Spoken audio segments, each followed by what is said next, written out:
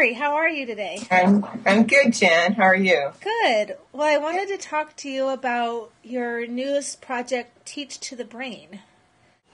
Well, it's a website that is teachtothebrain.com, and it's in development right now, and we are here to teach about the brain and team up and learn about new brain research because it's coming out so fast, and to get together with parents and teachers and kind of triangulate the learning that's going on in the world and help kids. And it's all about helping learning. How have you learned to use positive thinking to give you the courage to do this project and to quit your full-time job? How do you leverage positive thinking in your daily life? That's an interesting question because it's been all about that. I decided, being a learner myself, I tried to tell this story short. When I was in the classroom, I was not meeting my dreams. I wanted to be an author as much as a teacher. And you can do both. So I said, if I'm going to be an author, I need to learn about that. And I started learning. I started reading a book a week on how to do this while I was teaching. And that's just my style. I'm one to find out. And all of a sudden, I just made that decisive decision. I need to quit my job. Mm-hmm. And when you have faith that you can do it, which has been a process of growing for me, confidence, I've grown in my confidence. But when you have that faith, doubt doesn't show up in the brain. That's how the brain works. And finally, I had coaches that convinced me. When you believe in something, Mary, there isn't doubt. It's the framework of mind. So when I believe in the end in mind and you start planning, all of a sudden forces are affected, circumstances, people who show up in your life like you. Yes. We have a lot of projects together coming. You know that with our positive thinking. So here comes all these projects and people, and it's like this magnet. So you have to think a certain way. That's the only thing in this world we can control. And that was the aha. I can't control anything. Think of the tsunami. There's nothing in this world we can control but our thoughts. So that's what I started doing, trying to do. Right. It is sometimes difficult. Do you have any words of wisdom for the people that just can't seem to look at the end and work backwards? I mean, is there some baby steps we can take? You have to just start with trying to eliminate the negative influences. Big things I did, I shut off the TV. Mm-hmm. I don't watch TV. I haven't watched TV for 4 years. It's important for me because it influences the way I think. Images, I'm very visual, so watching even images of what's going on now live, I have to be careful not to let them overcome everything else that I have to do. Right. And keeping in mind that you have a purpose, finding it, because we all have to do something in this world. We have a purpose. That's why our brain is dropping chemicals all the time. What's our purpose? You get caught in negative thinking patterns, so starting gratitude journals. I list 10 things every morning I'm grateful for, and all of a sudden those thoughts are in your head.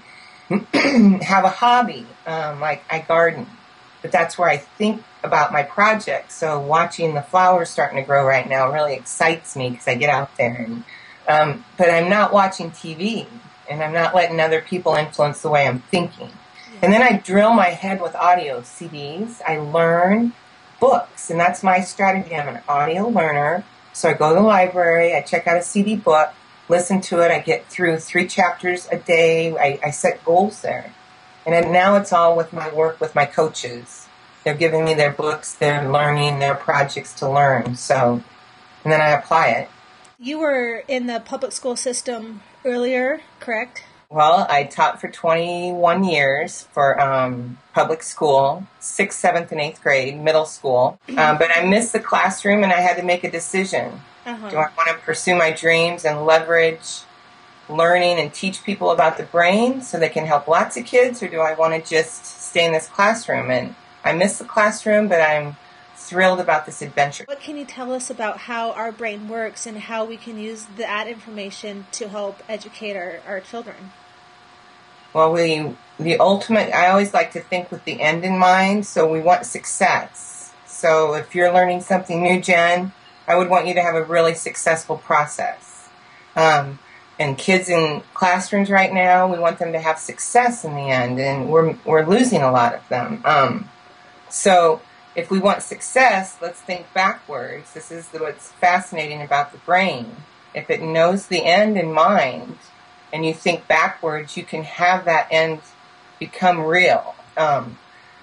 So first, it's the thoughts that we have about the learning process, and I believe in strategies that are very hands-on and very innovative for learning. Then we move from that process to all of a sudden kids in different kind of situations can show how they know better, and that's what I'm promoting. So that's Teach to the Brain. It's a different way of learning and a different way of teaching.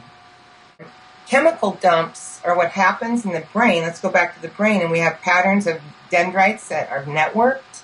And the more you think about something, the more solidified it becomes. So if you're thinking fear-based thoughts a lot about my problem, not enough money with this new business, there's not enough money, I have to change that. There's always enough money. Where is it? So I have to change the dendrite growth in my brain so those electrical patterns go and dump. Well, the way you do that is you force it by feeling good. I had a coach tell me you have to think about, it's like a forward-leaning belief. Your attitude every day is how you believe about things every day. So if that's what your attitude is about success, consciousness, your leaning belief is, this is working, this is great. And when you start to study that, it's amazing how negative the world is. So you have to influence yourself and shut them out. So I just say shut off your TV. That's the biggest one. Read a book. Yeah, that helps. Talk to someone like you and me.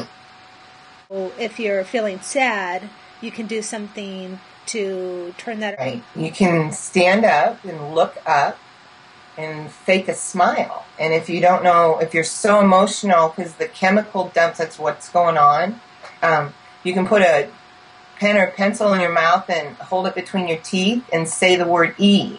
And all of a sudden the brain doesn't know, because the brain's not thinking. It's just running on patterns and chemicals and electricity. It will read, oh, you're supposed to feel happy because you're standing up and your body is looking up, because that's a happy state in the physical state. And it will start to dump positive chemicals like serotonin and, just the really good feel-good chemicals. And I'm not coming up with the names of them, but they're good chemicals, and all of a sudden the body feels better. And you stop that cortisol dump.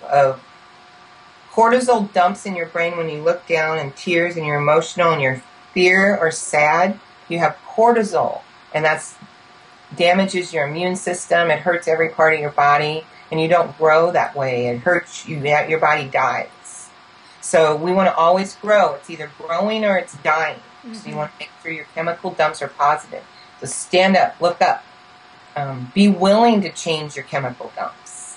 Our team is in place, and the goal is to expand our community and help people, empower them to create conditions where they can act on their own behalf.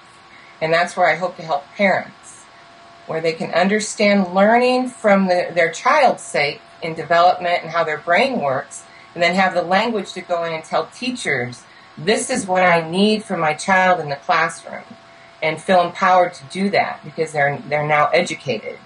And they have support from a big team of people that are like, yes, that's how the brain works. So how do parents, they go to your teachtothebrain.com, and then what's the process of them learning more about this?